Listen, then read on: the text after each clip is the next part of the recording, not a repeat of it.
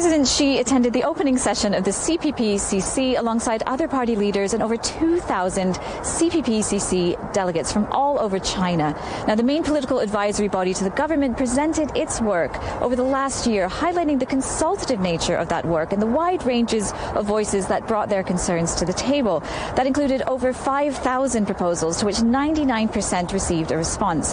Now, before the session opened, there was a press conference from the NPC, the National People's Congress. That's the top legislature in China, with a spokesperson, Mr. Lo Qinjian.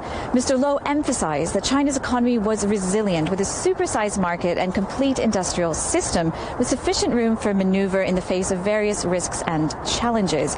Now, he said China stands at a critical juncture where new growth drivers are taking the place of old ones, and he highlighted the field of technology. He said that DeepSeek's recent artificial intelligence breakthroughs were representing major progress and the rise of Chinese companies in AI. He said this contributes to Chinese creativity throughout the world. Now, Mr. Lo highlighted that DeepSeek's inclusive and innovative approach in allowing open source access to its models was integral. And he said this was a sign of China's open and sharing approach to AI, and that the country was ready to work with countries all over the world in the healthy development of AI to improve the well-being of people all over the world.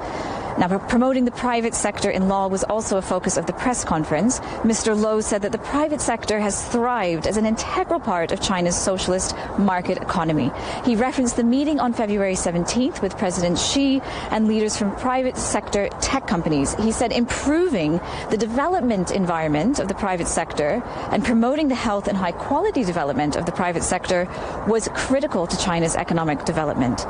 Now, the press conference room, as we were inside there, was absolutely packed. There were people, in fact, in an overflow room. They were really keen to hear about China's relationship with the new Trump administration.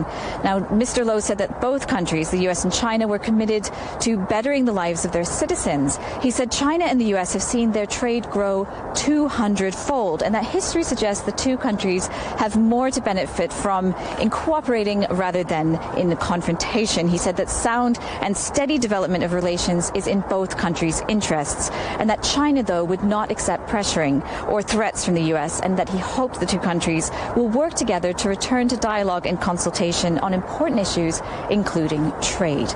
He also emphasized China's commitment to maintaining a positive relationship with the EU, with Europe, especially in this year, which marks 50 years of official relations between China and EU, official diplomatic relations.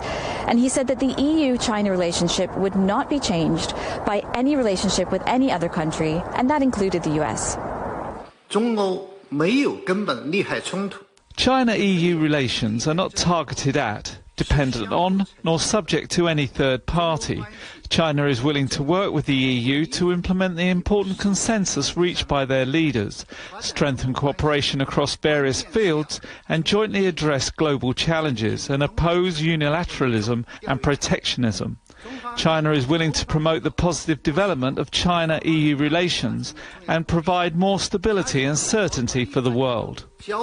Tomorrow will be the opening of the NPC session, and we are looking forward to Premier Li's work report, and he will also present the highly anticipated GDP and growth target for 2025, which is widely expected to remain at 5%. Jen Copestake, CGTN, Beijing.